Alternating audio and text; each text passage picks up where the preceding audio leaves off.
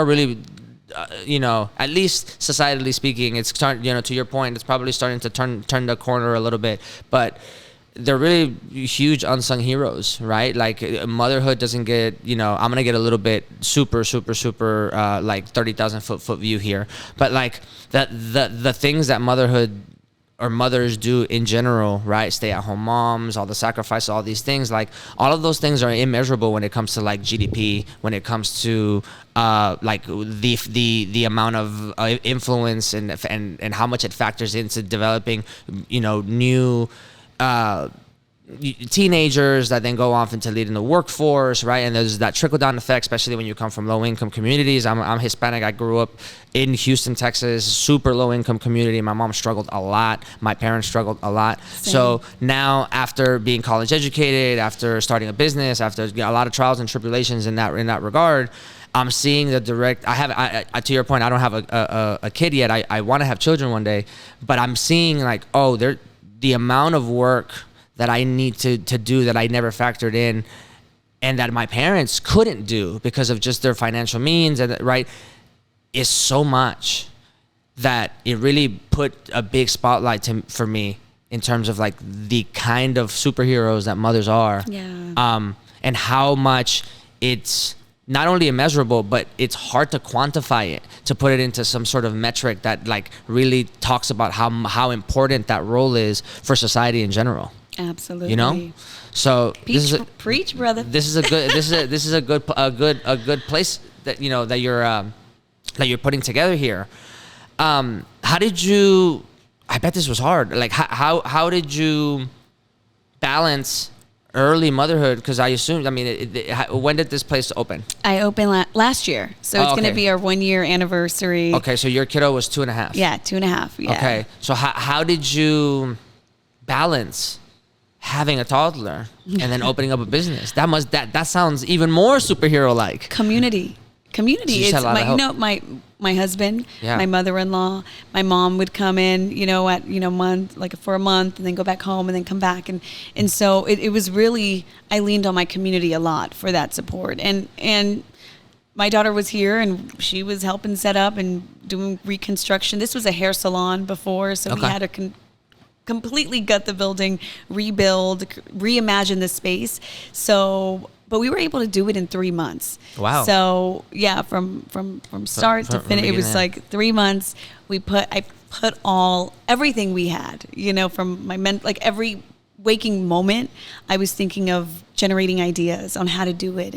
And honestly, I was so aligned, and I knew that my intention was so aligned with what I felt. Yeah. And the universe just opened everything up. Wow. And so that's how I know. Of course with struggle, but there were struggles here and there, but I know that whatever it is that I want to do, I can do it as long as I'm in an alignment. And this is just like the product of that. That's so impressive. Because along with the statistics that I talked about in terms of new businesses, Hispanic, I think the other side of that coin is that 50% of all new businesses fail. So almost by definition, a lot of the businesses that are failing are Hispanic, right? If 80% of them are getting opened by Latinos, then some of them must be getting failed, right? Some of them must be failing also. So if you don't mind, maybe we can talk. We can put on our business hat on, right? Our business owner hat, and I guess to start off, like if there's somebody out there right now that is thinking about starting a business, has a unique idea, maybe they saw an idea and they think that they could put their own spin on it. What advice would you give to people that are thinking about starting a business? How would you go about it? Right. What are the things that to the community, to the Latino community, right, we can say to them right now that would greatly help their odds at not being part of that 50%? What would you say? Oh, I think for me, the biggest thing for me is the mantra that I tell myself I am humble enough to know that I don't know everything, but I'm confident enough to know that whatever it is that I do want to learn, I can. Yeah. And so I think having that mindset going into everything, it's like, I've never had a brick and mortar business. I was a journalist. I was a public spokesperson. I worked in media for 10 years. business was not my thing, but I had hustlers in my life growing up. Both my parents, house cleaners, landscapers, 'cause like they came here with nothing. Yeah. And they were able to build through their hard work and grit. And so I had that as my baseline of like, whatever I can put in my mind, I can do. And I proved that to myself at a young age with their love and support. And so now it's like, I can do it. Everything is out there. Everything is out there, and it has never been more accessible than it is today. Yeah. For people like us, for Latinos, for Black folks, for people of color, anybody. Like, it's been more accessible now more than ever. And so I say, go get it.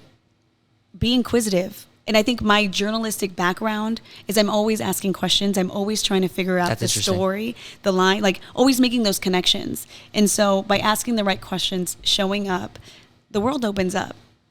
So I think that's, for me, that's what has helped me. Yeah. And throughout my life in journalism, but now my life as an entrepreneur, and also as a mother, as a person, as a growth, having that growth mindset.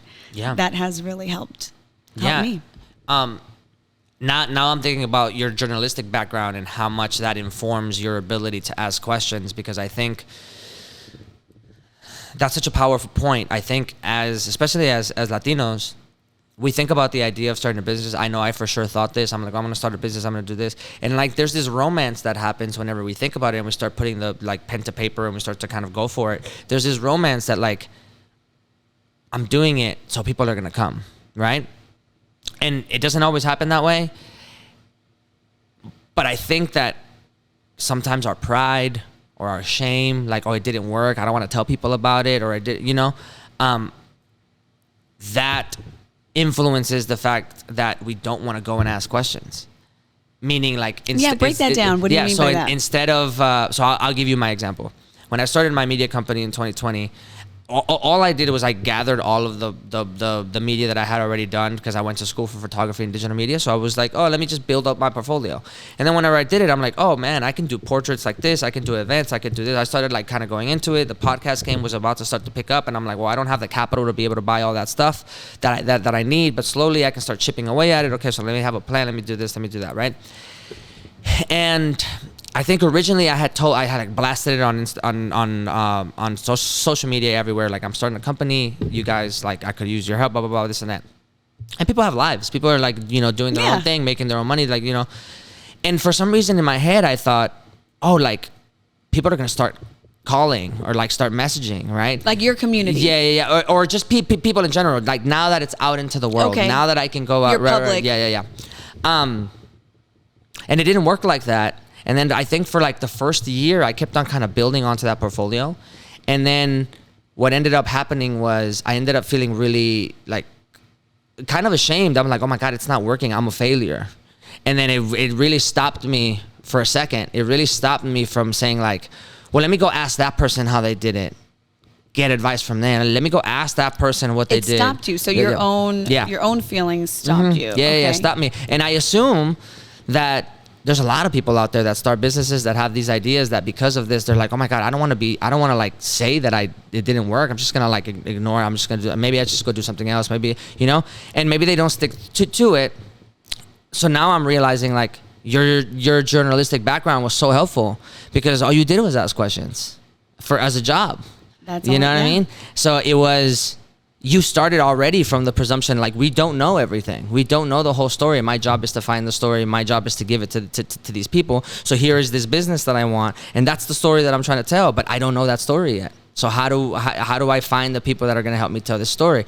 And so your job really primed you for being able to have those conversations. Absolutely. You know what I mean? Absolutely. That's awesome. Yeah, I think you put that beautifully. I don't even know what to add to that.